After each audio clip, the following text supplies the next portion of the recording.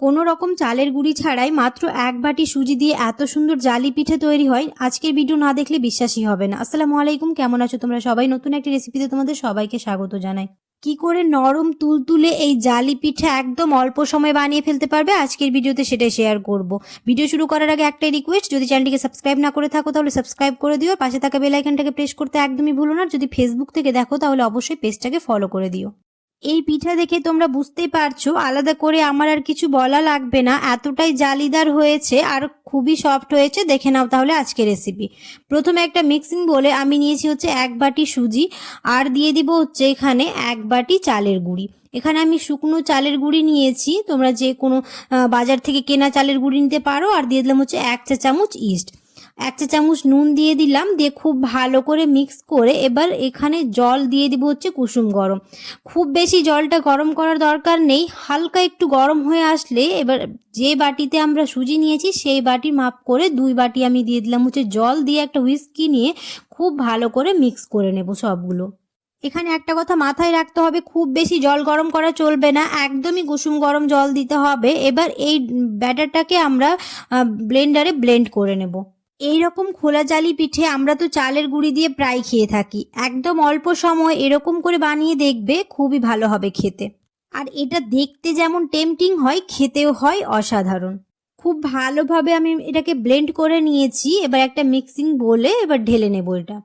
আর এটা বানাতে তেমন কোনো ঝামেলা নেই, একদমই তাড়াতাড়ি হয়ে যাবে। তো আমাদের মিক্সিং বলে আমি এটা ঢেলে নিয়েছি, এরপর এর মধ্যে দিয়ে দিলাম হচ্ছে ১ চা চামচ বেকিং পাউডার, দিয়ে খুব ভালোভাবে মিক্স করে নিলে আমাদের ব্যাটারটা একদম রেডি হয়ে গেল। এবার এখানে একটা আমি প্যান বসিয়ে দিয়েছি, প্যানটা খুব ভালোভাবে গরম হয়ে আসলে এবার ওর মধ্যে দিয়ে দিব হচ্ছে একটুখানি সাদা তেল। এবার একটা টিস্যু বা যে কোনো সুতির কাপড় দিয়ে খুব ভালো করে এটা মুছে নেব। অনেকেই আছো ভিডিও দেখে চলে যাচ্ছ, সাবস্ক্রাইব করো না, অবশ্যই সাবস্ক্রাইব করে দিও। আর ফ্রেন্ডস আর ফ্যামিলির সাথে বেশি বেশি করে ভিডিওটা শেয়ার করে দিও। প্যানটা খুব ভালোভাবে গরম হয়ে এসছে, এবার একটা এরকম গোল চামচ নিয়ে খুব ভালো করে এবার দিয়ে দেব।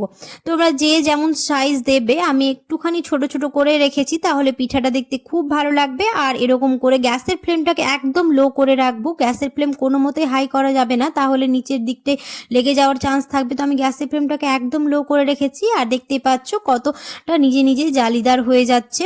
আর এই পিঠা একদমই বানাতে সহজ, আজকের ভিডিও দেখে যে কেউ বানিয়ে ফেলতে পারবে এই পিঠা, আর খুবই অল্প সময়ের মধ্যে হয়ে যায়। দেখতে পেলে কতটা সময় লাগলো। আর এরকম করে গ্যাসের ফ্লেমটাকে কমিয়ে রেখে মাত্র ১ থেকে ২ মিনিটের মধ্যে হয়ে যাবে এই পিঠা। এরকম করে সবগুলোই বানিয়ে নেব। আশা করছি আমার আজকের ভিডিও বুঝতে তোমাদের কোনো অসুবিধে হয়নি, আর আমার ভিডিওটা আজ ভালো লেগেছে। যদি ভালো লেগে থাকে তাহলে অবশ্যই একটা লাইক করে দিও, আর কমেন্টে জানাতে ভুলো না কেমন হয়েছে। আশা করছি এইটা দেখার পর আর আমার কিছু বলার দরকার নেই, দেখতেই পাচ্ছ কতটা জালিদারি হয়েছে। আর এরকম করে জালি পিঠে বানালে সবাই প্রশংসায় পঞ্চমুখ হবেই। তো আমার সবগুলো বানানো হয়ে গেল, অবশ্যই তোমরা কমেন্টে জানিও। দেখা হবে খুব তাড়াতাড়ি নতুন একটি রেসিপিতে। সবাই খুব ভালো থাকবে, সুস্থ থাকবে, সাবধানে থাকবে। আল্লাহ হাফেজ।